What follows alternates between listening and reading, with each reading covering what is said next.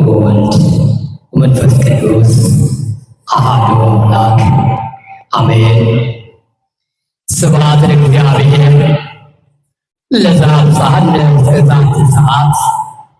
ምስጋና ለእግዚአብሔር ይሁን በሰማይ በምድር ላለው ለአምላካችን ለመድኃኒታችን ለኢየሱስ ክርስቶስ ክብርና ምስጋና ለዚህ ይሁን። ስጦታ ነው። ምንድነው ያልኳችሁ? ስጦታ። እስኩላችሁም በሉ ስጦታ።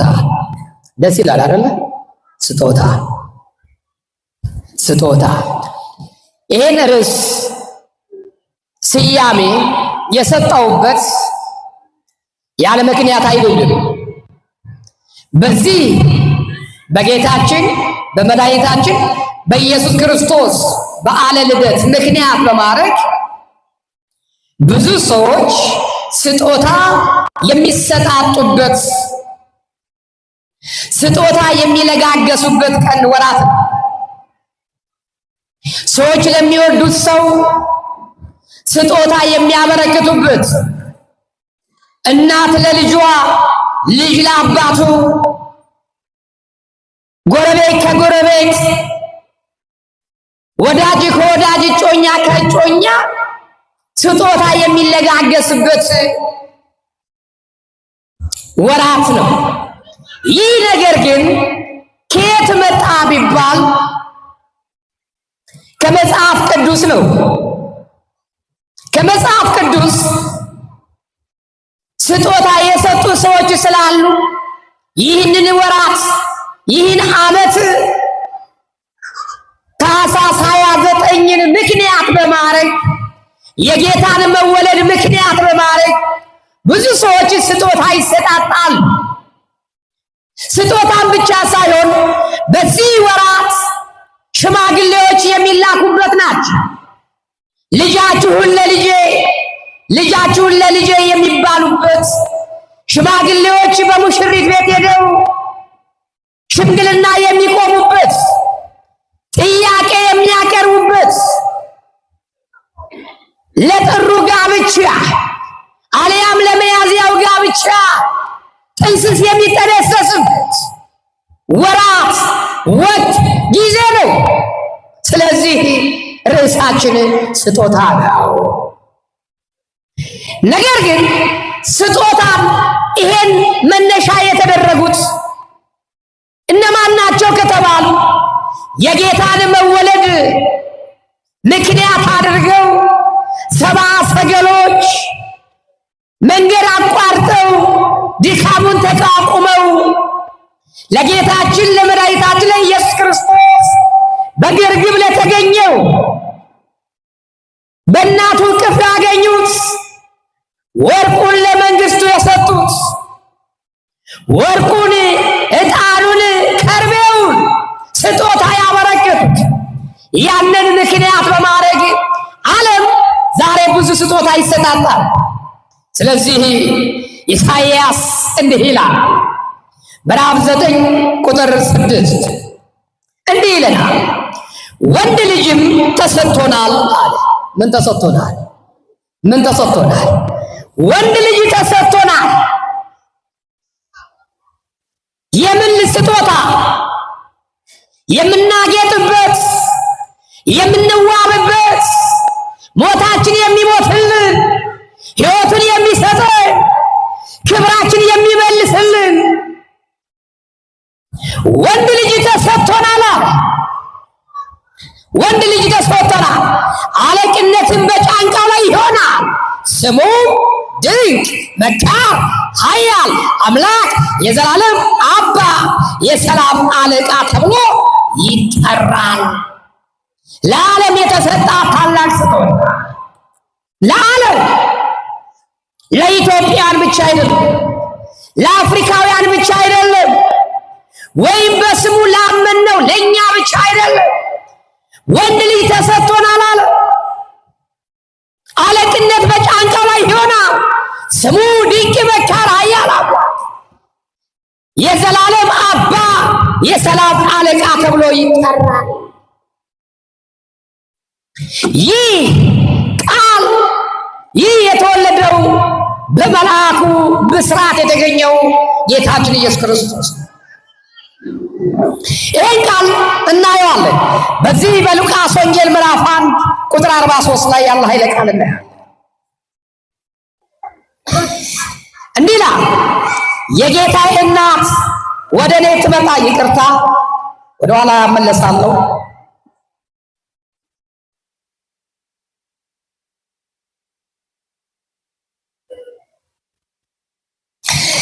የሉቃስ ወንጌል ምዕራፍ 1 ቁጥር 39 ይሄን እናያለን።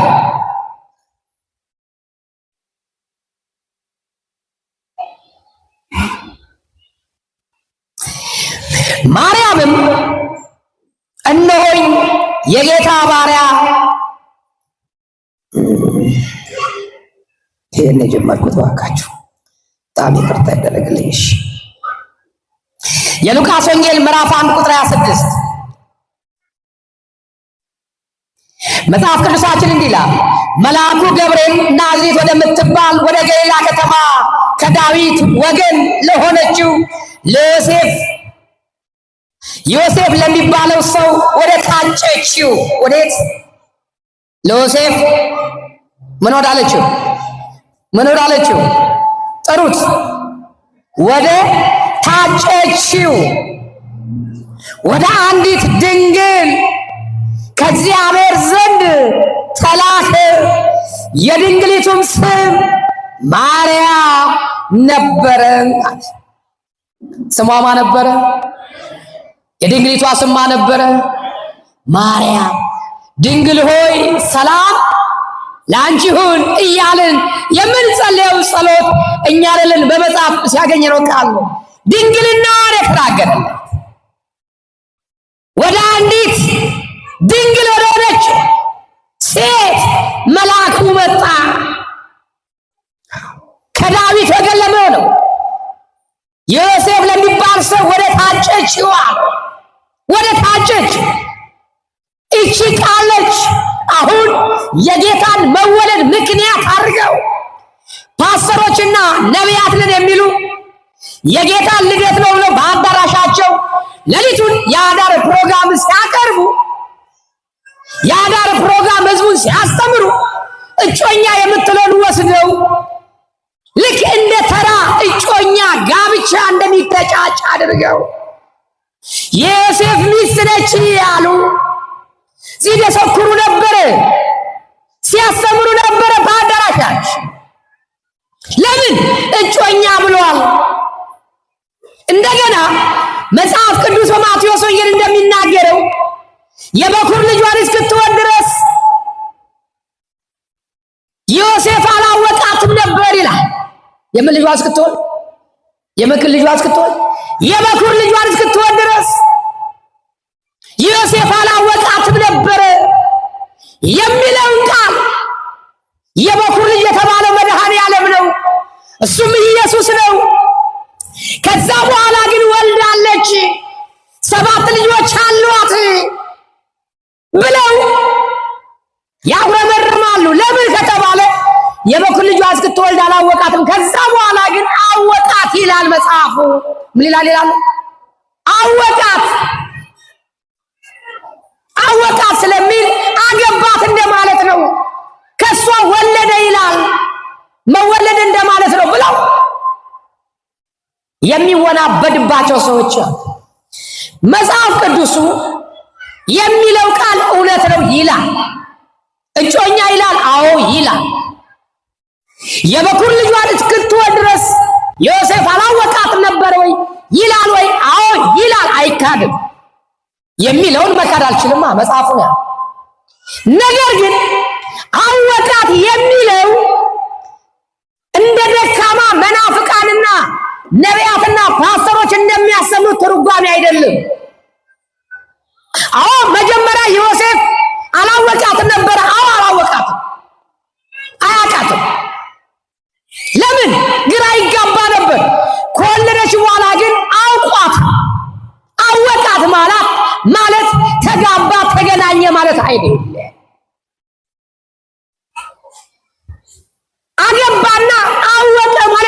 ይለያል። እጮኛ ማለት በብዙ አይነት ትርጓሜ አለ። ሰው አጨ ከተባለ በአንድ አንግል ብቻ ማየት የለብን። እጮኝነት ማለት እጩ ማለት ለጋብቻ ብቻ አይደለም የሚሰጥ። ለምሳሌ በሀገራችን ሌላው ይቅር፣ በሀገራችን በኢትዮጵያ ውስጥ መጪው በመጋቢት ወር ምርጫ የሚካሄድበት ነው። ወደ ግንቦት አካባቢ ምርጫ ይካሄዳል። ከምርጫው በፊት ግን እጩዎች ለፖለቲካው የሚታጩ ለስልጣን የሚታጩ ሰዎች ከረባታቸውን አድርገው ወዛዝርት ሴቶቻቸው ጸጉራቸውን በካውያ ተተኩሰው ልብሳቸውን አሳምረው ለብሰው እከሌ የዚህ እጩ ነው ይባላል። የዚህ ክፍለ ከተማ ተወዳዳሪ እጩ ይባላል። እጮኛ እጩ ማለት ያን ሰው የሚያገባ አይደለም፣ ለሕግ የታጨ ለስልጣን የታጨ ማለት ነው። ተግባባ? መታጨት ይባላል አይባልም? እከሌ ለዚህ ክፍለ ከተማ እጩ ናቸው ይባላል አይባልም? ይባላል አይባልም? ይባላል አይደል? በዚህ ክፍለ ከተማ የሚወዳደሩት እጩ ናቸው፣ የዚህ ፓርቲ ናቸው ይባላል። የብልጽግና ፓርቲ እጩ ናቸው አቶ እከሌ ለውድድር የቀረቡት፣ እከሌ የተባሉት ደግሞ የዚህ ፓርቲ እጩ ናቸው ብለው ራሳቸውን ያስተዋውቃል። ለመታጨት ለመመረጥ ማለት ነው። እጩ ማለት መመረጥ። ለምን? ለከበሬታ፣ ለስልጣን። ለምን አልኳቸው? ለስልጣን፣ ለማረግ፣ ለከፍተኛ ማረግ መታጨት። እናታችን ድንግል ማርያም ታጨቻው። ለምን? ለከፍተኛው ማረግ። ምን ለመሆን? ጌታን ለመውለድ ታጨች። እጮኛ ያለው ይሄንን ነው። ወደ ታጨች አለ። ለማ? ጌታን ለመውለድ ወደ ታጨች፣ አምላክን ለመውለድ፣ ፈጣሪዋን ለመውለድ። ፍጡር ሆና ሳለ የእጁ ስራ ሆና ሳለ ነገር ግን እንደገና አምላኳን ለመውለድ የታጨች ወደ ታጨችው ወደ አንዲት ድንግል ከእግዚአብሔር ዘንድ ተላከ። የድንግሊቱም ስም ማርያም ነበራል። ማርያም ነበር። መልአኩም ወደ እርሷ ገብቶ እንዲህ አላት። ምን አላት ይሆን? ደስ ይበልሽ። ምን ይበልሽ? ምን ይበልሽ? ምን ስለሆነች? ምን ስለሆነች? አቤት! ስለታጨች። ድንግልማ ድንግሎች አሉ። ነገር ግን ንጽህናን ከቅድስና ጋር አስማምታ ስለተገኘች ጌታ ስላጨሽ አላት። ጌታ ስለመረጠሽ ከእስራኤላውያን ቆነጃጅት ሴቶች አንቺን ስላጨሽ ደስ ይበልሽ። ምን ይበልሽ? ለዚህ ነው ወገኖቼ ጸጋን የተመላሽ ወይ ደስ ይበልሽ የምንለው። ምን ይበልሽ እንላለን? ደስ ይበልሽ። ከየትም አግኝተን አይደለም። አባ ከሌ መምህር ከሌ ደስ ይበልሽ በሏት ብሎን አይደለም።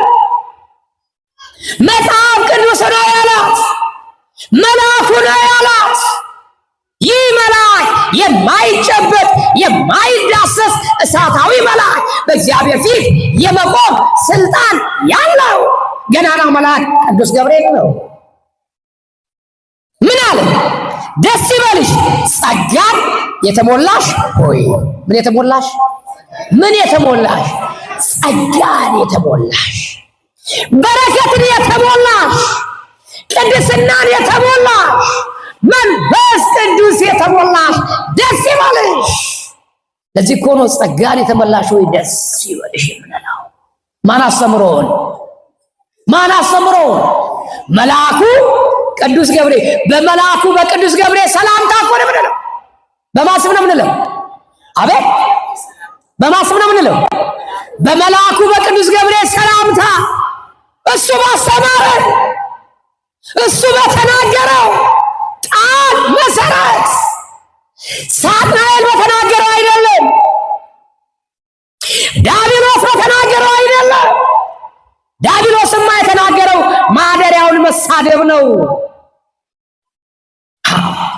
የዲያብሎስ ስብከት የዲያብሎስ ቋንቋማ የእግዚአብሔርን ማደሪያ መሳደብ ነው።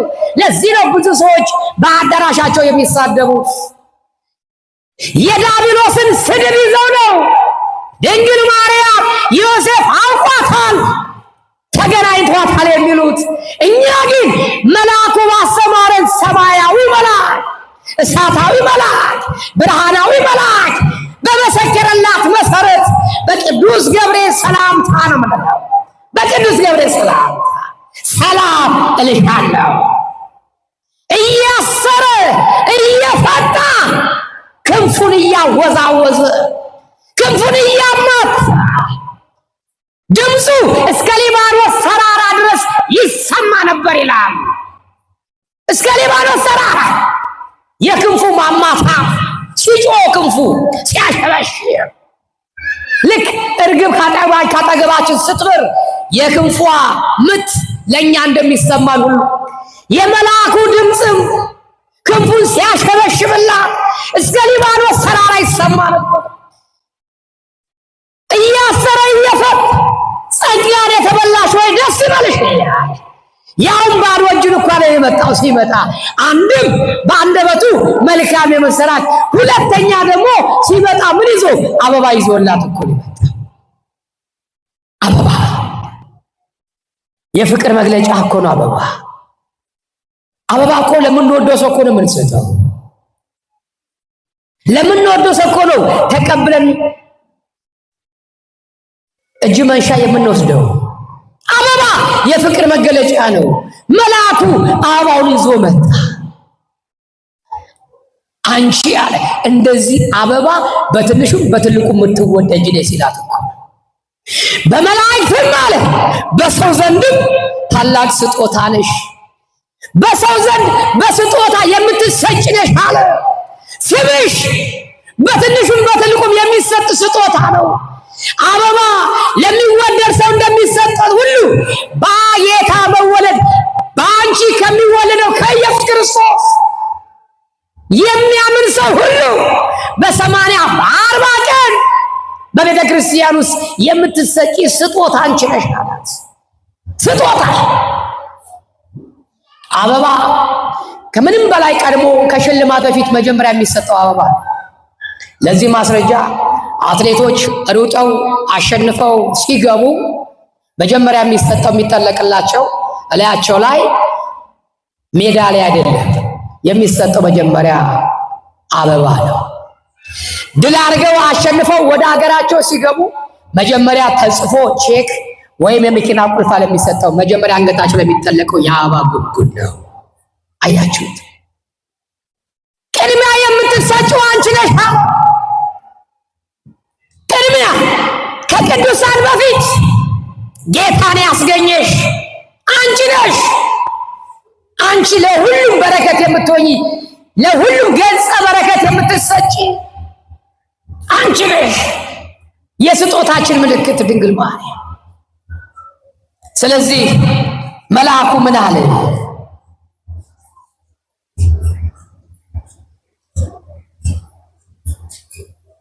ድንግል ሆይ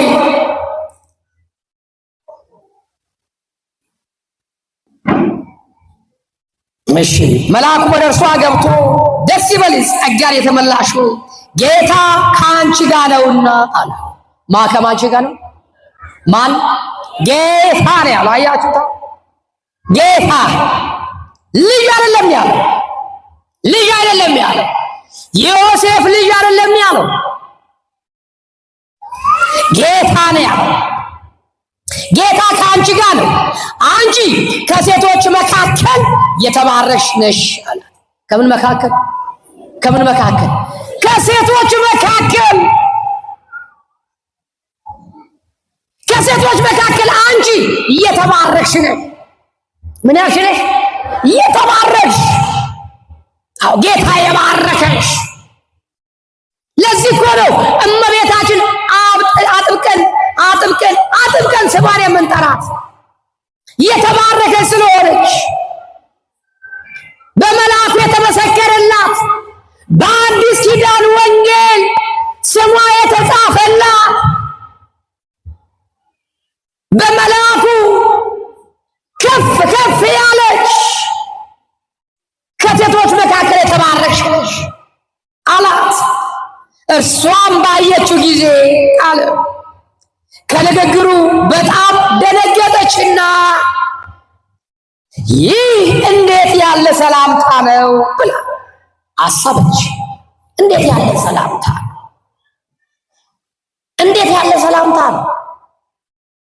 ራሷን ዝቅ አደረገች።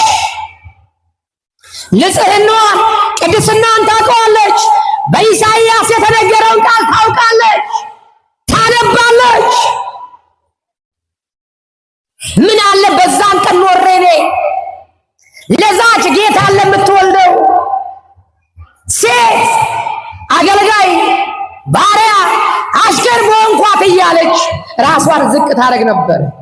ነገር ግን ምኞቷን፣ ንጽሕናዋን፣ ቅድስናዋን ያየ መድኃኔዓለም ወደዛ ሳይሆን እሷን መረጣት። ከሴቶች መካከል፣ ከእስራኤል ሴቶች መካከል፣ ከዕብራውያን ሴቶች መካከል መረጣት። አሰበች። መልአኩም እንዲህ አላት፣ ማርያም ሆይ ሰላምታውን በተጠራጠረች ጊዜ ይሄ ነገር እንዴት ይሆናል?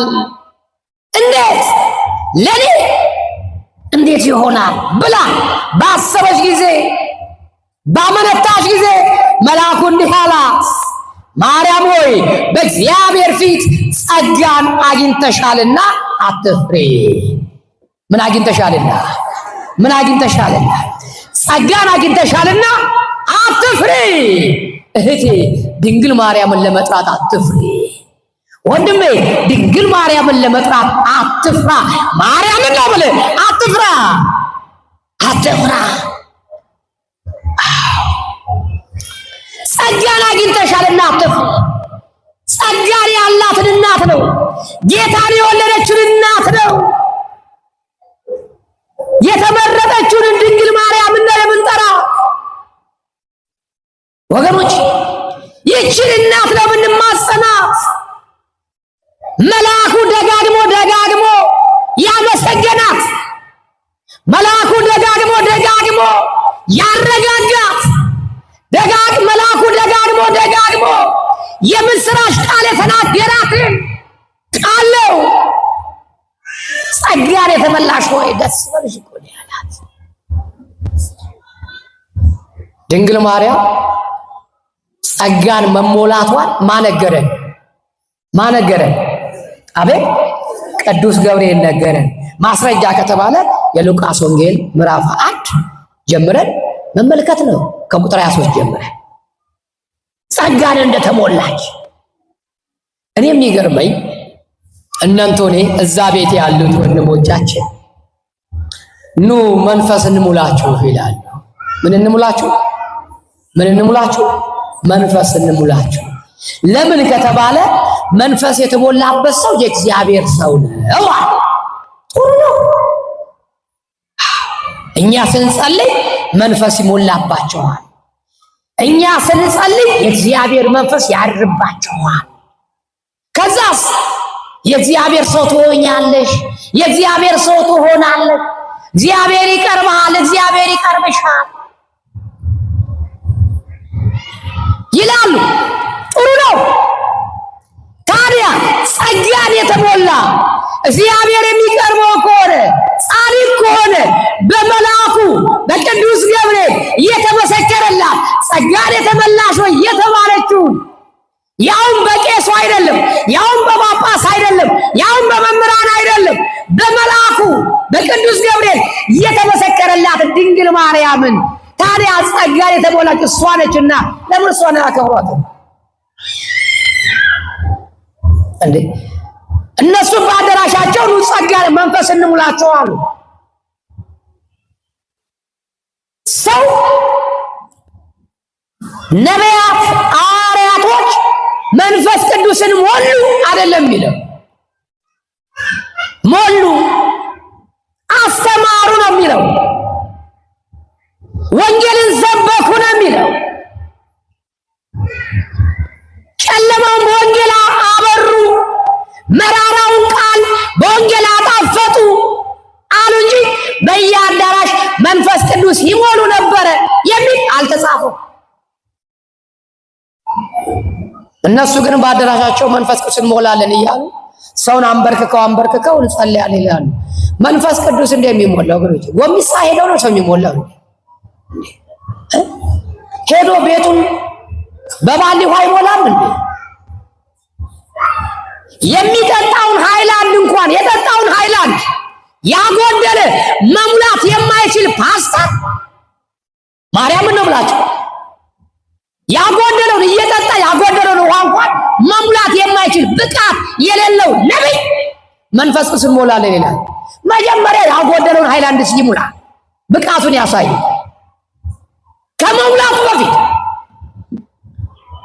በየትኛው በረከት በየትኛው ጸጋው ነው እኛን መንፈስ ቅዱስ ሊሞላ የሚችለው? መጀመሪያ ያጎደለውን ሃይላንድ ያልሞላ ሞልቶ ያሳየን። ስራ ብዙ እኮ ናቸው።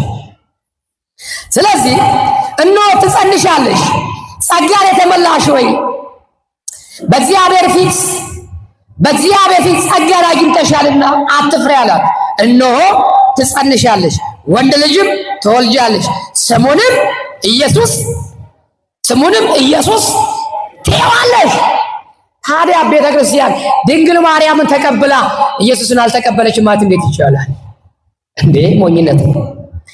ድንግል ማርያም መልአኩ ጸጋን የተመላሽ ወይ ሲላት ጸጋን የተሞላሽ ወይ አለች ልጆቿ።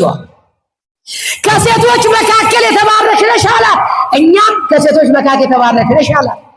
መልአኩ እጅ እንደነሳት ሁሉ እኛም እጅ ነሳናት። ኢየሱስ ክርስቶስን ስትወልድ ሰላምታውን የገብርኤልን ሰላምታ አንድ በአንድ ከተቀበልን ታዲያ ኢየሱስን አልተቀበለችም ብሎ ማመን ማለት ይሄ ለእናት ምጥን እንደማስተማር ይባላል። ወገኖች አንዳንዶች ይላሉ አባታችሁ ነው የሚለው መጽሐፍ ቅዱስ ላይ አለ፣ ግን ይሄ እመቤታችን ጸሎት ከየት አመጣችሁት የለም ብለው ይከራከራሉ። እውነት ሐሰት አቤት እውነት ነው። አባታችሁ ነው የሚለው ይቀበላል። ለምን እዛ ላይ አለ አባታችሁ ነው በሰማይ ምትል ምን ይላል? እዛ ጋር መጨረሻ ላይ ይዘጋዋል። ቢያስፈልግ ኑሮ እዚህ ጋር ይቀጥል ነበር። እናንተ ከየት አመጣችሁት ይላል። አረኛ ከየትም አላመጣ ነው። ያመጣው መጠየቅ ካለበት መከሰስ ካለበት ቅዱስ ገብርኤል መጠየቅ ካለበት መጽሐፍ ቅዱስ ላይ ነው። ጸጋን የተመላሽ ወይ ደስ ይበልሽ ከሴቶች መካከል የተባረክሽ ነሽ እያላት እኛም እኮ በመልአኩ በቅዱስ ገብርኤል ሰላምታ ሰላም እልሻለሁ፣ በሐሳብሽ ድንግል ነሽ፣ በሥጋሽ ድንግል ነሽ ያላት ማን ነው? ቅዱስ ገብርኤል። ከሴቶች መካከል የተባረክሽ ነሽ ያላት ማን ነው? ቅዱስ ገብርኤል። ስሟን ማርያም ያለው ማን ነው? ቅዱስ ገብርኤል። ወደ አንዲት ወደ ታጨችው ወደ ድንግል ማርያም ወደ ተባለ ሄደ እኮ ነው ያለው። እኛም ጌታን ወደ ወለደችው ስሟ ማርያም ወደ ተባለችው እንማጸናለን፣ ስሟን እንጠራለን፣ በቃል ኪዳኗ እንታመናለን። ለምን? መጽሐፍ ቅዱስ ስለሆነ። አልተሳሳትንም። ያላነበቡት እነሱ ናቸው። እኛ ሰነችን በርቶልናል።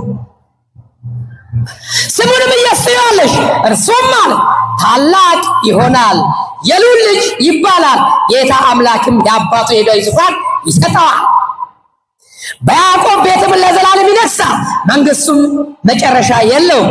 ማርያም የመልአኩን ወንድ ስለማላቅ ይህ እንዴት ይሆናል አለች። መልአኩም መልሶ እንዲህ አላት፣ መንፈስ ቅዱስ በአንቺ ላይ ይመጣል፣ የልዑል ኃይልም ይጸለልብሻል።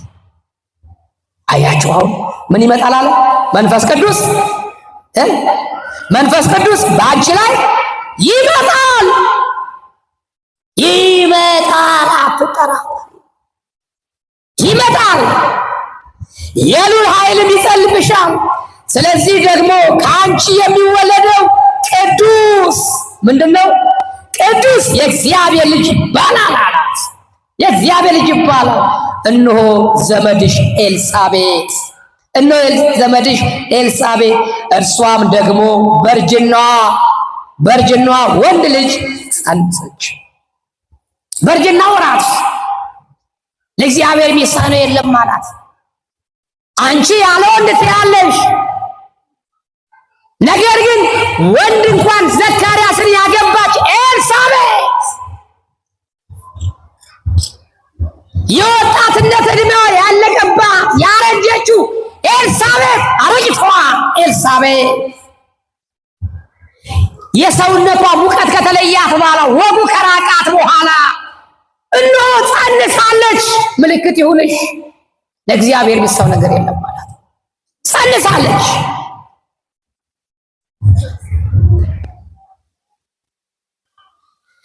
በእርሷ ወንድ ልጅም ጸንሳለች። እርሷም መካን ትባል ነበረች። ይህ ነገር ግን የ6 ወር ሆነች አለ። መካን ተብላ ስሟ ይጠራ ነበር፣ አትወልድ ትባል ነበር። ነገር ግን ይነቅሽ ይግረምሽ ባይገርምሽ የ6 ወር ነፍሰ ጡር ሆናለች። አውቃላት መልአኩ ያቺ አረጀች የተባለችው መከነች የተባለችው አትወልድም የተባለችው በትንሹም በትልቁም ጣት ይቀሰርባት የነበረችው በቃ ከዚህ በኋላማ መቃብሬን ነው የምጠብቀው ሞቴን ስትል የነበረችው ዘመድሽ ኤልሳቤጥ ታሪኳ ተቀይሮላታል አለ እግዚአብሔር። ታሪካችን ይቀይርልን ወገኖች፣ ታሪካችን ይቀይርልን። በቃ ከተመለ ትባል ይሆናል እኮ በቃ ከተመለ ትባል ይሆናል። በሰው ዘንድ በቃ አትነሳም፣ በቃ አይነሳም ትባል ይሆናል። ወገኔ አትፍራ፣ እግዚአብሔር ታሪክ ይቀይራል። የማታ ለሰዎች የሚጨልም ጨልሞ አይነጋም የተባለው አንተ ግን እግዚአብሔር ላይ አንቺ ግን እግዚአብሔርን ተስፋ ስታደርጊ እግዚአብሔር ጨለማውን ያበራል ይችላል። ነገር ግን እነ የ6 ወር ሆነች። ባይገርምሽ አረጀች የተባለችው አትወልድም የተባለችው የ6 ወር ሆነች። ለእግዚአብሔር የሚሳነው ነገር የለምና አላት። ማርያምም እነሆ የጌታ ባሪያ እንደ ቃል ይሁንልኝ አለች። መልአኩም ከእርሷ ሄደ። ቃሉን ከተቀበለች በኋላ እነሆ የጌታ ባለሟል እንደ ቃል ይደረግልኝ፣ ከዚህ በኋላ ማሸነፍ አልችልም አለች። እንደ ቃል ይሁንልኝ፣ አሜን ይደረግልኝ አለች። መቀበሉን ሲያረጋግጥ ወደ መጣበት ተመልሶ ሄደ። ማርያም ግን የቤት ስራዋን ግን አላቆመች። ይህ መልአክ የተናገረው ቃል እውነት ነውን አለች። አሁን ደግሞ እውነት ኤልሳቤጥ አርግዛ ይሆን? ዘመዴ ኤልሳቤጥ አረጀች የተባለችዋ ሰውነቷ የተሸረሸረ አካሏ የቀዘቀዘው ሰዎች ጣታቸውን የሚቀስሩባት እውነት አርግዛ ይሆን? ይሄንን ሄጄ ማየት ማረጋገጥ አለብኝ አለች። ሄጄ ማረጋገጥ አለብኝ። ማርያምን በዚያ ወራት ተነስታ ወደ ተራራማው አገር ወደ ይሁዳ ከተማ ፈጥና ወጣች። ወደ ዘካርያስም ቤት ገብታ ኤልሳቤጥን ተሳለመቻት። ኤልሳቤጥን ዘመዷን ተሳለመቻት። ለብዙ ጊዜ ተለያይታ ትኖር ነበርና ኤልሳቤጥም እንዲህ አለች። አሁን ማርያም የማርያምን ሰላምታ በሰማች ጊዜ የምን ሰላምታ? የማንን ሰላምታ? ማን? ኤልሳቤጥ የማርያምን ሰላምታ በሰማች ጊዜ ጽንሱ በማህፀኗ ውስጥ ዘለለ። የማንን ሰላምታ በሰማች ጊዜ? የማርያምን። ወንድሜ የድንግል ማርያም ስም እንዲህ ነው፣ በማህፀን ያለውን ያዘልላል። የድንግል ማርያም ስም ሲጠራ አጋንንት ያለበት ይደረፋል፣ ያጓራል። ወዶ አይደለም መናፍቃን ድንግል ማርያምን የሚጠሏት ይደነፋል። በላያቸው ላይ ያለው አጋንንት ይጠላታል። ለምን? ወንድ ልጅ ወልዳ ስለሰጠች ስጦታ። ወንድ ልጅ ነፃ የሚያወጣን አርነት የሚያወጣን ዲያብሎስን የሚያንኮታኮት ግን የሚያደርግ ወንድ ልጅ ወልዳ ስለሰጠች ሰይጣን እንዴት ይወዳት? እንዴት ሊያከብራት ይችላል? ይቃወማል። ጽንሱ በማኅፀኗ ውስጥ ዘለለ። በኤልሳቤጥም መንፈስ ቅዱስ ሞላባታል። በማን በኤልሳቤጥ ምን ሞላባት? መንፈስ ቅዱስ ሞላባት። መንፈስ ቅዱስ የሞላበት ሰው ምን ይናገር ይሆን? እስኪ እንመልከተው። በታላቅ ድምፅ ጮኻ ምን አለች? ምን አላለ? በታላቅ ምን አለች? ጮኻ። በታላቅ ድምፅ ጮኻ። ማነች ብጮህ? ኤልሳቤጥ በታላቅ ድምፅ ጮኻ አለች፣ አንቺ አለች ከሴቶች መካከል የተባረክሽ የማኅፀንሽ ፍሬ የተባረከ ነው። ይህን ቃል መጀመሪያ ተናግሮ ነበረ? ተናግሮ ነበረ? ኧረ ተናግሮት ነበረ? ቅዱስ ገብርኤል ደገመው? መጀመሪያ እሳታዊ መልአክ፣ አሁን ደግሞ ሥጋ የለበሰ ኤልሳቤጥ ደገመችው። አልደገመችው? ደገመችው። ታዲያ ምን አድርጎ ነው የሚሉን እኛን? ምን አድርጎ ነው የምትሉን? መልአኩ መሰከረ።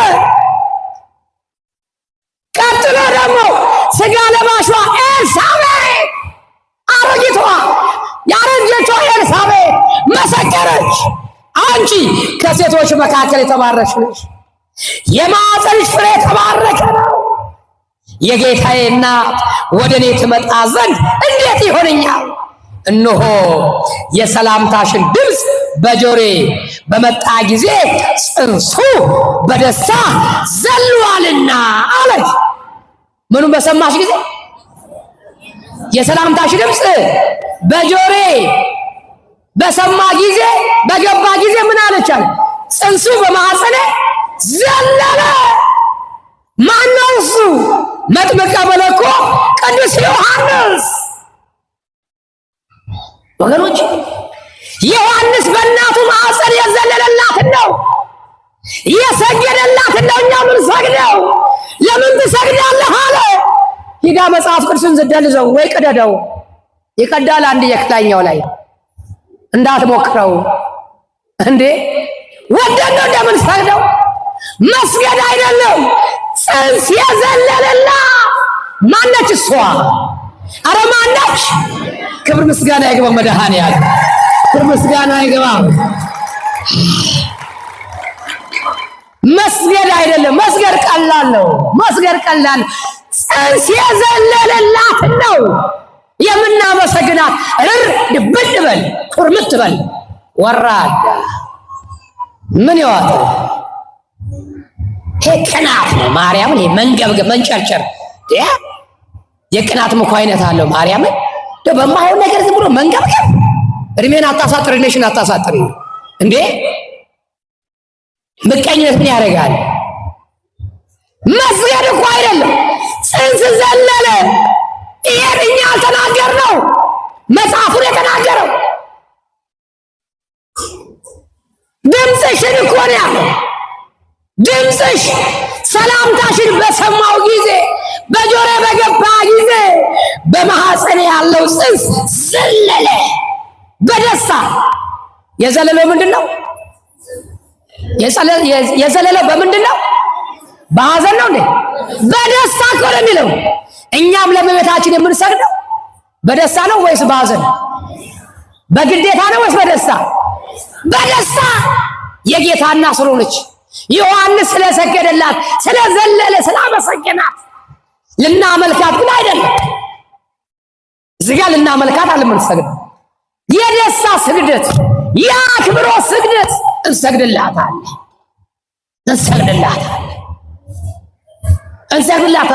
ስለምን? ደስታው ምንድን ነው ከተባለ 5500 ዘመን በድቅድቅ ጨለማ በመከራው ዘመን የሚያድነን አጥተን አባታችን አዳምና ሔዋን በበደሉት በደል ቤታችን ተዘግቶ ተከርችሞ ስለነበረ ከሷ የተወለደው ልጇ ግን ያ ተዘግቶ የነበረውን በር ስለከፈተልን በደስታ እናመሰግናታለን። በደስታ እናመሰግናታለን። አሁንም ብዙ የተዘጉ በሮች ያሉን፣ የሥጋ በር ብዙ የተዘጉ በሮች አሉ። እሷን ይዘን እናስከፍታለን። ልጇ የተዘጋውን በር ይከፍታል። አሁንም የተዘጋባችሁ ነገር እሱ ይክፈትላችሁ። ጸጋ የተመላሽው እግዚአብሔር ከአንቺ ጋር ነውና አትፍሪ ያላት። እግዚአብሔር ከአንቺ ጋር ነውና አትፍሪ። ወንድሜ ድንግል ማርያም መጣት አትፍራ። ለምን? እግዚአብሔር ከማን ጋር አለ? ከማን ጋር አለ? ከማን ጋር አለ? ከድንግል ማርያም ጋር። እኛ እንኳን እንበለው እግዚአብሔር ከአንቺ ጋር ነውና ምን አትበይ ያላት? አትፍሪ፣ አትፍሪ። በቃ እግዚአብሔር ከአንቺ ጋር ነው። ከአንቺ ጋር ቤተ ክርስቲያን ለዚህ ነው እናትንም ልጅንም ይዛ ጌታን የምታመሰግነው። ልጇን አምላክ ነው ትላለች። ድንግል ማርያምን እናቱ ነው ብላ ክብር ትሰጣለች እንጂ አታመልክም።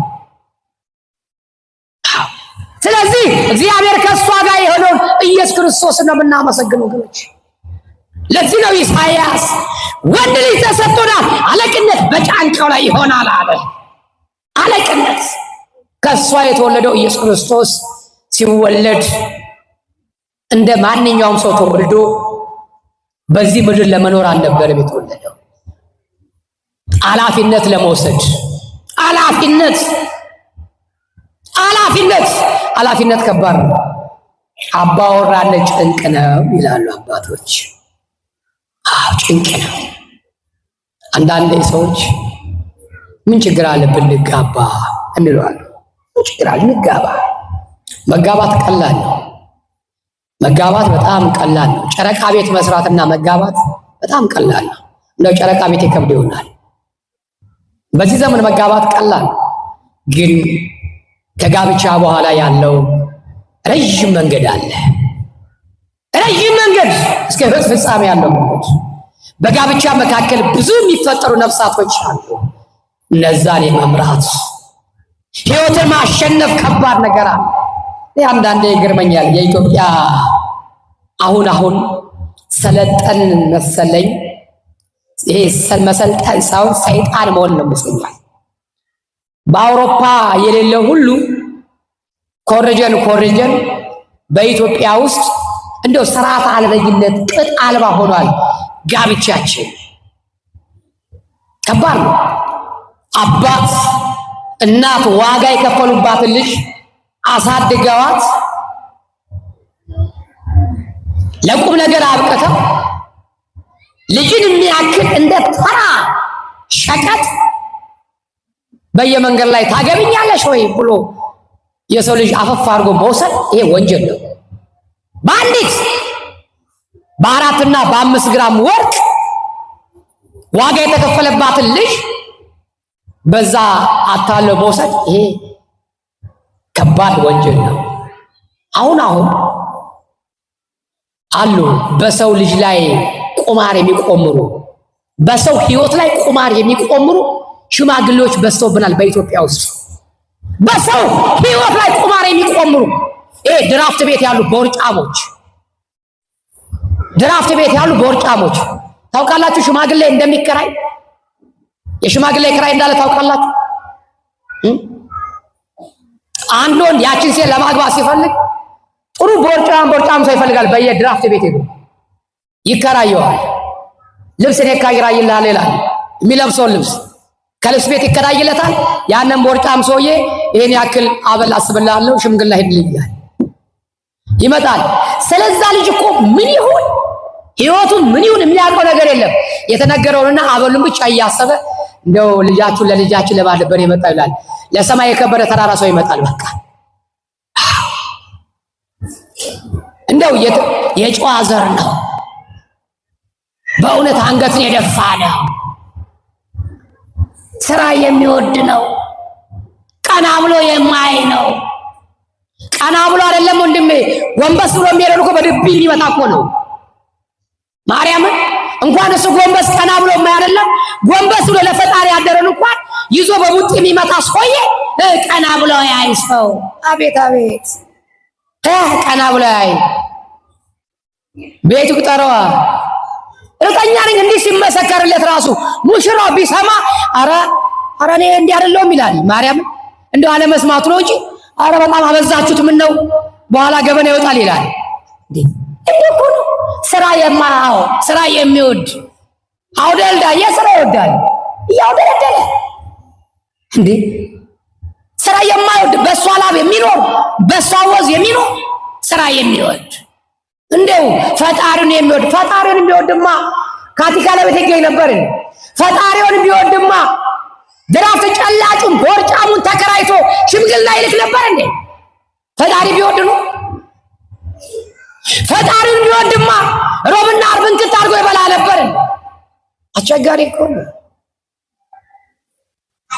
ከዛስ በነዛ ትልልቅ ሽማግሌዎች መካከል የአንድ ማሳ የሚያክል አበባ ይላካል። አበባ ማሳ አንድ ማሳ የሚያክል አበባ ተሸክሞ ለአራት ለአምስት ሽማግሌው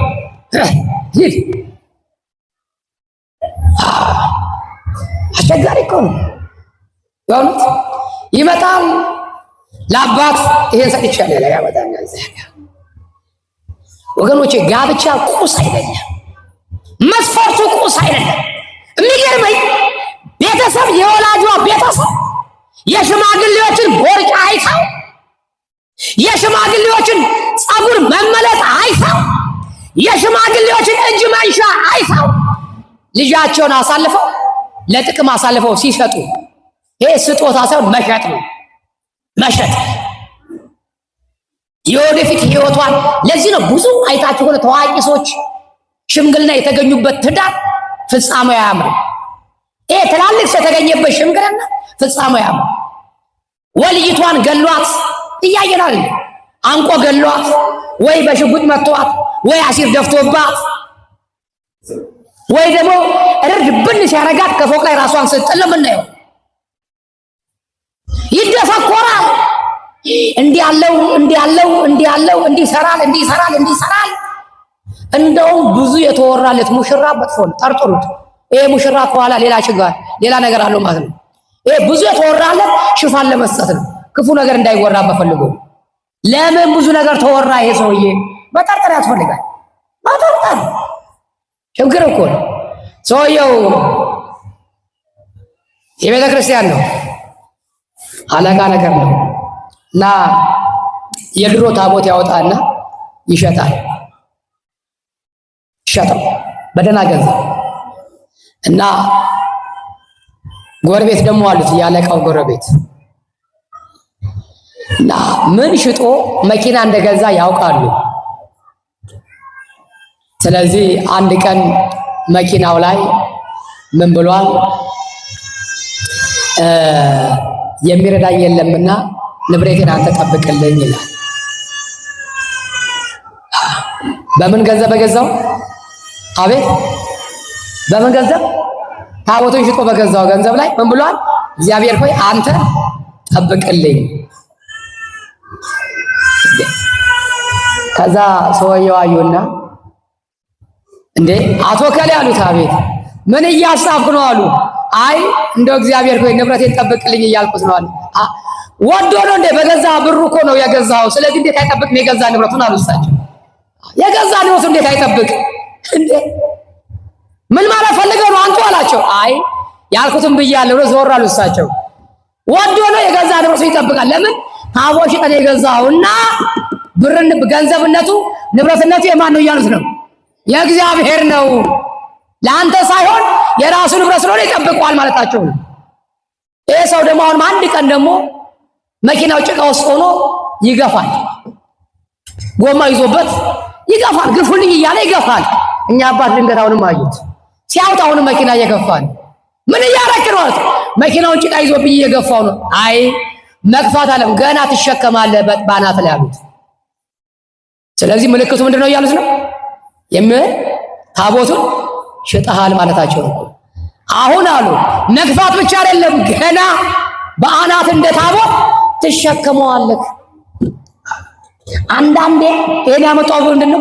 ብዙ የሚወራላቸው ጥሩ ናቸው የሚባሉ ሙሽሮች ብላችሁ ጀርባቸውን ስታገላብጡት ታሪካቸው የተበላሸ ነው። ስለዚህ ባካችሁ አትሞኙ። በስመ ስጦታ፣ በስመ በግና በስመ መኪና ማምጣት በአውሮፓም የለም አሉ። እዚህ የአፍሪካ ሀገሮች ሀብት እየሰረቁ የሀገሪቷን ሀብት እየሰረቁ ልጆቻቸው ሲጋቡ የወርቅ ትሪ፣ የወርቅ ሹካ፣ የወርቅ ማንኪያ የሚሰጡ ከወርቅ ጌጣጌጥ አልፈው ልጅ በወርቅ ማንኪያና በወርቅ ሹካ ነው የምትበላው ብለው የወርቅ ሹካ የሚሰጡ። አሁን ያ በአፍሪካ ሀገር የምናየው በአውሮፓ አይደረግም፣ ወንጀል ነው። ከየት መጣ? ይመጣል፣ ይመነጠራል። ሀብት ምንጩ መነሻው መረሻው ምንድን ነው? ከየት መጣ ተብሎ ጥያቄ ይቀርባል። በአፍሪካ ሀገር ግን ጠያቂ ስለሌለ ሁሉም ሌባ ስለሆነ ጠያቂ የለም።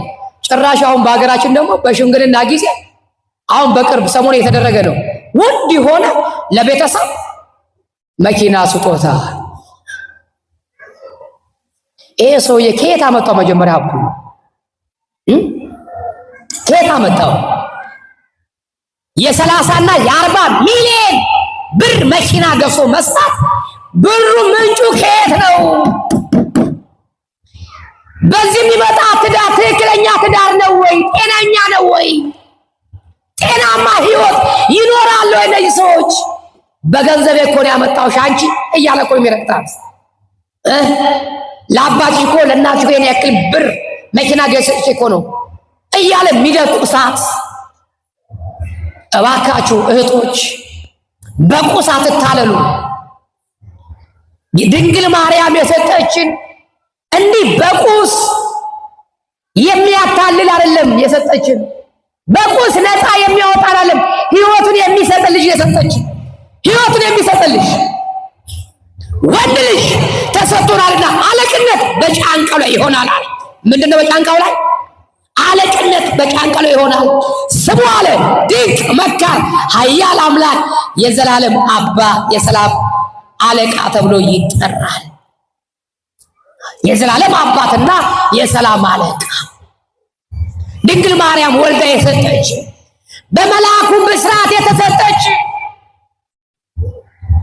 ይህች ነች። የሰላም አለቃ የሰጠች የውከት አለቃ አይደለም፣ የዱላ አምላክ አይደለም። የሰላም አለቃ ያ በበረት ተወለደ የተባለው ራሱን ዝቅ ያደረግ የትሕትና አባት ከከፍታ ዝቅ ያለው ሁሉ ነገር እያለው እንደሌለ ድሃ መስሎ ታየ። ምን መስሎ ታየ? ምን መስሎ ታየ? ድሃ መስሎ ታየ። በከብቶች ግርግም ተኛ። በከብቶች ግርግም ንጉሥ ሆኖ ሳለ እንደ ድሃ ሆኖ ታየ።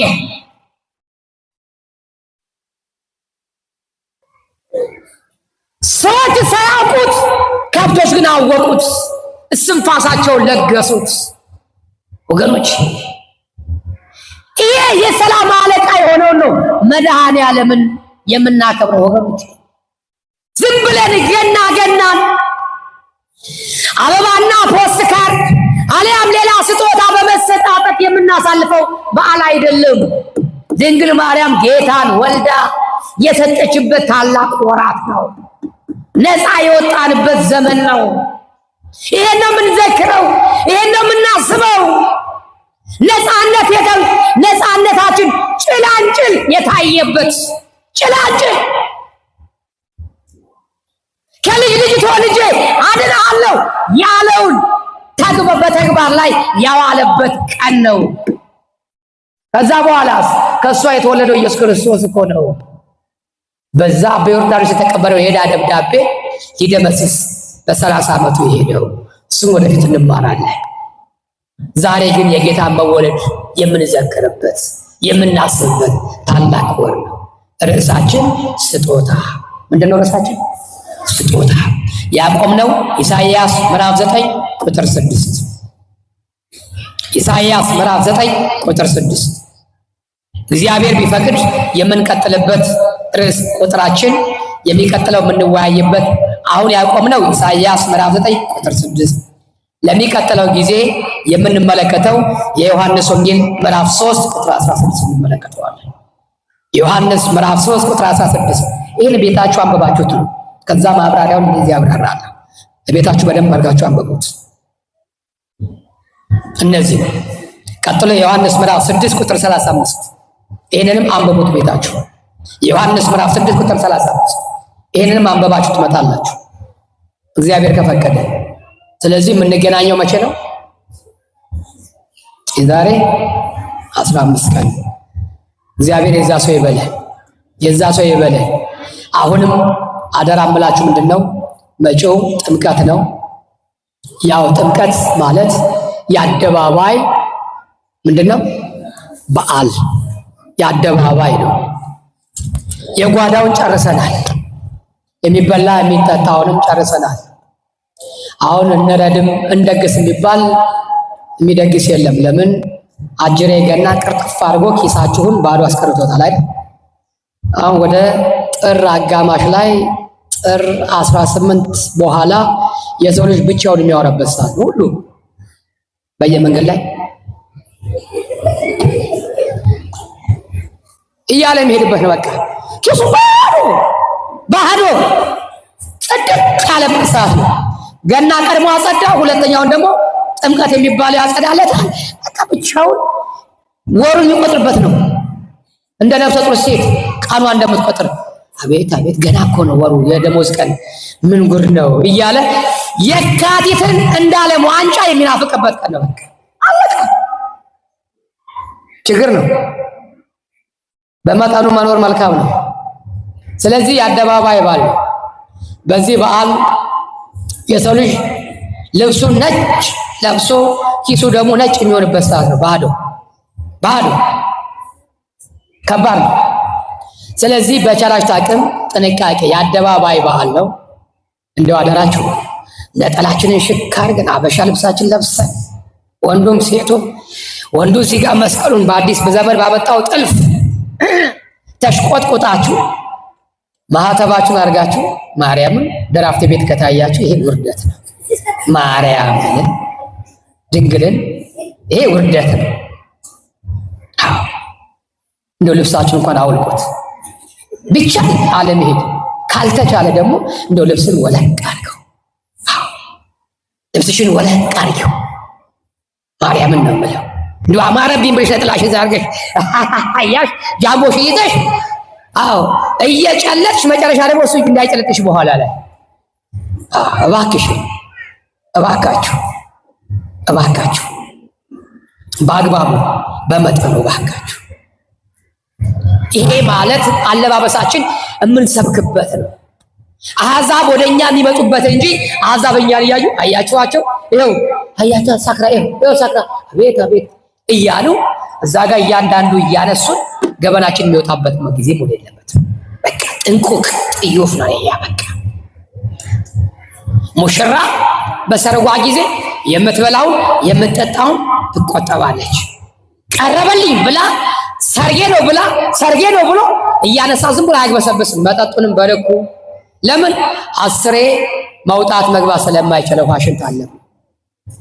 መቆጠብ ቢርባትም ቻል ቢጠማትም ከንፈሯን ለማርጠብ ብቻ ጎንጨት ቁጭ ነው። አባቴ መጣው አይልማ አጀሬሽን ሲመጣ አስገልቦ ያስሮጣል።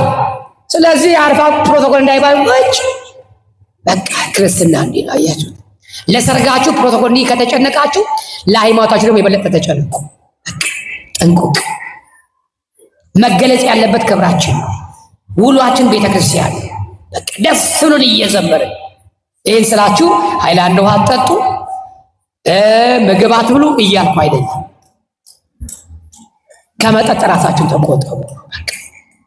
እናንተን በማይመጥን ቦታ ላይ አትገኙ። ያን ለብሳችሁ ጭፈራ ላይ ይሄ በተለይ ወንዶች ያንን ልብስ ያበሻ ልብስ ለብሶ በላው ባህላዊው ከምኑ ጋር አትርሱኝ እኮ ነው ሁሉም ጋር እዚህ ማርያም ወረደ ወረደ ወረደ ወረደ ትላለህ። እዛ ደግሞ ማታ ደግሞ ትገባለህ። ይሞታል ወይ ታዲያ ይሞታል ወይ ድብን ማርያምን ድብን ትሞታታለህ ማርያምን። ወረደ ወረደ ብለህ ታቦቱን እንደገና ደግሞ ይሞታል ወይ? በስመ አብ ወወልድ ወመንፈስ ቅዱስ። ዛሬ ጌታ መጣ እንዴ! እህቴም መለስ በይ። ማርያም ወረደች አሸዋ ላሸዋት ያለሽ፣ ከዛ ደግሞ ውጥር ውጥር ንጥር ንጥር ያለሽ ደግሞ አንቺ እኮ እዛ ጋር ምን አግኝተሽ ነው ውጥር የምትይው እንዴ? ሽሮ አተሽ የፈላ ሽሮ አተሽ ውጥር ውጥር። ኧረ እባክሽ ድንቄም ውጥር ውጥር እንዴ!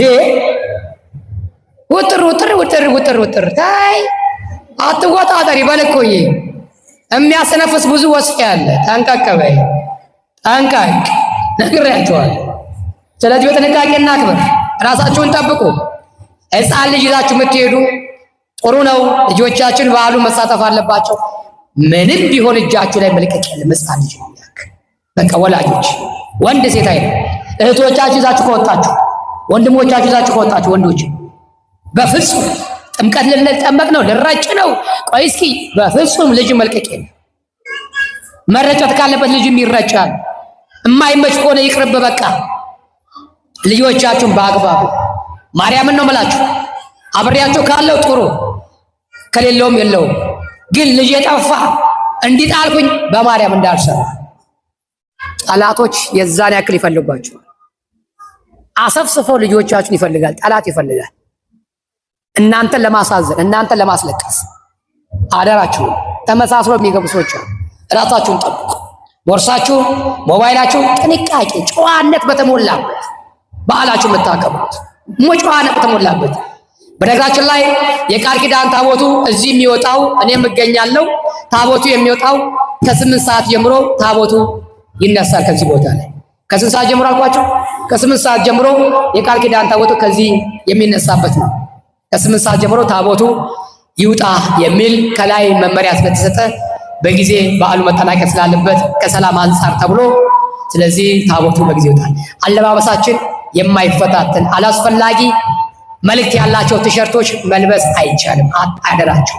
ይሄ መንገድ ላይ ዝም ብላችሁ እየገዛችሁ አትልበሱ። ከብራችሁም ሳትሆኑ ካላስፈላጊ እንግልትም ሳትሆኑ እንዳትቀሩ አላስፈላጊ ቲሸርቶች መልእክት ያለባቸውን አትልበሱ። በቃ ነጠላችሁን ልበሱ። እኛ በቲሸርት ዓለም ክርስቶስን የምንገለጸው በክርስትና በነጠላ አለባበሳችን እኛ መገለጫችን። ሁለተኛ በሻላሽ ታቅም የምታረጓቸው ሴቶች ጸሎቶቻችሁን በሻላሽ ታቅም ጥንቃቄ ጥንቃቄ። ቀን እስኪያልፍ የአባት ባሪያ ይግዛ ይባላል። አላስፈላጊ ጥለት ያለባችሁን አድርጋችሁ አላስፈላጊ ስፍራ ሄዳችሁ አደጋ እንዳይደርስባችሁ። ይገባችኋል? የገባችሁ ገብቷችኋል? እንግዲህ አካፋን አካፋ እስክልደስ ደግሞ ማስናትስ አትፈልጉ ይላልባችሁ እንዳትጠበቁ። የምታረጓቸው ጥለቶች ጥንቃቄ የተሞላበት። ገብቷችሁ አልገባችሁ? ገብቷችሁ አልገባችሁ? ካልገባ ደግሞ እንዲገባ ያደርግሃል። እሺ ልበስና ይድላ። እሺ እንዲገባ ያደርግሻል። ከዛ ይገባሻል። ኃይለ ጊዮርጊስ ያለ ይሄን ነበር እንዴት ያለሽ? ይገባችኋል? ስለዚህ ጥንቃቄ አድርጉ። በተረፈ እንዲሁ ገናን በሰላም እንዳሳላፋችሁልኝ ሚካኤል ነው፣ በ11ም ቀን ነው፣ በ13 እግዚአብሔር አብ ነው፣ በ14 አቡነ አረጋዊ ነው እያላችሁ ሻማ ለኩሶ ቆይ ጎረቤት ቡና ልጠጣ፣ ቆይ ጎረቤት ጸበል ጻድቅ ቀምሼ ልምጣ። ይሄን አደራ። ሻማ ባለጌ ነው። አደራ ሻማ ለኩሳችሁ ጭራሽ ከቤት እንዳትወጡ። ሻማ ካላለቀ አይጠፋም። የትኛው ላይ ያገኛችሁት? የትኛው መጽሐፍ ላይ? የቱ ጋር ያገኛችሁት? ሻማ ካላለቀ አይጠፋም። ራሱ ነው የሚያልቅ። ሲያልቅ የሚጠፋው እስክትቃጠይ ሻማው እስከሚያልቅ ታያለሽ። ሸለብ ትላለህ። ጋደም ልበል አልተኛም። በዛው እንቅልፍ ይወስድሻል። ሻማው በዛ ያልቃል። ጠረጴዛ ያቃጥላል። ቤት ያነዳል። ከዛ አንቺም ታልቂያለሽ። በአግባቡ ማርያምን ነው የምላችሁ። ይሄን የምላችሁ እኔ ስለምወዳችሁ ነው። ማርያምን በጣም በጣም ስለምወዳችሁ እዚህ ጋር ያንንም ያስገድደኝ ሰው የለም። እቺ የተናገርኩባትን ወንጌል ባስተምርበት ደስ ይለኛል። ግን ሀዘናችሁን መስማት ስለማልፈልግ ነው። በቃ ጉዳታችሁን ማየት ስለማልፈልግ በቃ ዋጋ እየከፈላችሁ ትመጣላችሁ። ወንጌል ጠፍቶ አይደለም። ከመገናኛ እግዚአብሔር አብ፣ ከገርጂ ጊዮርጊስ፣ ከቆጠቤ ሐና ማርያም፣ ከሰሚት ጊዮርጊስ፣ ከሰሚት መድኃኔዓለም፣ ከኮልፌ 18 ኮንትራት መኪና ይዛችሁ መጣችሁ እዚህ የምትማሩት ዋጋ ከፍላችሁ ነው። ወንጌል ጠፍቶ አይደለም። ያላችሁ ለኔ ክብር ገልጻችሁ ነው። ስለዚህ እናንተ ስታከብሩኝ ደግሞ የእናንተ ክፉ መስማት አልፈልግም። ክፉአችሁን መስማት ከፍቷችሁ አዝናችሁ ማየት አልፈልግም። ማርያምን ነው የምላችሁ። ደስ ብሏችሁ እንድትመጡልኝ ብፈልግ እንጂ ሐዘን ደርሶባችሁ ጥቁርስ ለብሳችሁ እንድትመጡብኝ አልፈልግም። ስለዚህ እግዚአብሔር አምላክ በዓሉ የሰላም የፍቅር በዓል ያድርግልን። የመከረን ያስተማረን የአባቶቻችን አምላክ ስሙ የተመሰገነ ይሁን። የዛሬ ሳምንት ጉባኤ የለንም፣ ይዘጋል ማለት ነው። እግዚአብሔር ከሁላችን ጋር ይሁን። ብድግ እንዳላችሁ የዘር ያዕቆብ እመቤት ድንግል ማርያም ጻድቃኔ ማርያም ኃጢአታችሁን በደላችሁን ብድግ አድርጋ እሷ ትጣልላችሁ። እንደ ቆማችሁ ከውድቀት እሷ ትታደጋችሁ። በሚመቸውም በማይመቸውም ስፍራ ላይ ቁጭ ብላችሁ ቃሉ የሰማችሁ እናታችን ድንግል ማርያም የተመቻቸ ኑሮ የተመቻቸ ሕይወት እሷ ትስጣችሁ። ጣዕሟን በአንደበታችሁ ፍቅሯን በልቦናችሁ ታሳድርባችሁ። በዘርፋፋ ቀሚሷ በድባብ ጥለዋ ትምራችሁ ትከተላችሁ። ሊቀ መልአኩ ቅዱስ ሚካኤል እስራኤላውያንን ቀኑን በደመና ሌሊቱን በብርሃን የመራ እናንተንም እቅፍ ድግፍ አድርጎ እሾህ ሳይወጋችሁ እንቅፋት ሳይመታችሁ ለቤታችሁ ያብቃል። መልአከ ሰላም ቅዱስ ዑራኤል መልአከ ሰላም ቅዱስ ዑራኤል የጌታን ደም በብርሃን ጽዋ ተቀብሎ በዓለም ላይ ለበረከት እንደረጨ ሁሉ በእያንዳንዳችን ቤት ላይ የሰላሙን የፍቅሩን የጤናውን በረከት እሱ ያፈስላችሁ። ይህ በእግዚአብሔር ፊት የሚቆመው ሊቀ መልአኩ ቅዱስ ገብርኤል የዘካርያስን እንቆቅልሽ የፈታ የእያንዳንዳችሁን ቋጠሯችሁን ይፍታል። ሦስቱን ሕፃናት ከሚነድ እሳት እንዳወጣ ሁሉ ከምንፈራው መከራ ስቃይ ቅዱስ ገብርኤል ያውጣ። ቅዱስ ገብርኤል ያውጣ። ስራ አጣችሁ የምትንከራተቱ ወንድምቶች እግዚአብሔር የምታመሰግኑበትን የጠዋት ያደለ የማታ እንጀራ ይስጣችሁ። የማታ እንጀራ ይስጣችሁ። የማታ እንጀራ ይስጣችሁ።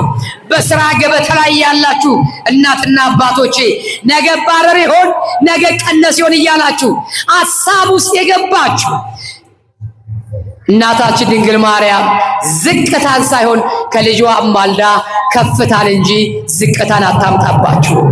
የተሻለ ኑሮ ትስጣችሁ። የተወለዱትን ሕፃናቶችን እግዚአብሔር አምላክ ያሳድግልን፣ ለቁም ነገር ያብቃል።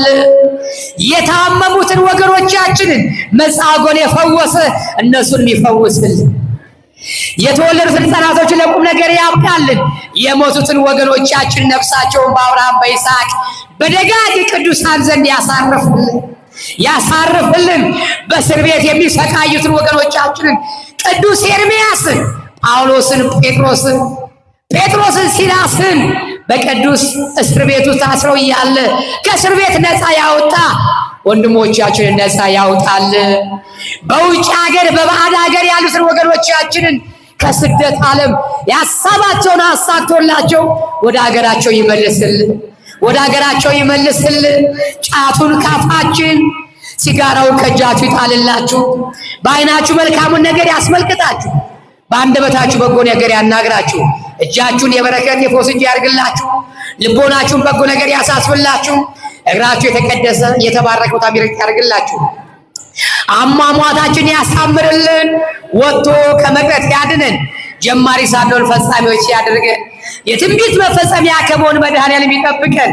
ጻድቃንን በገዳም ሰማዕታትን በደም ሐዋርያትን በአጽናፍ መላእክትን በጽራሪያም ያጸና አምላክ እኛንም በጾም በጸሎት በስግደት በአንዲት ተዋህዶ እምነት እግዚአብሔር አምላክ ያጽና።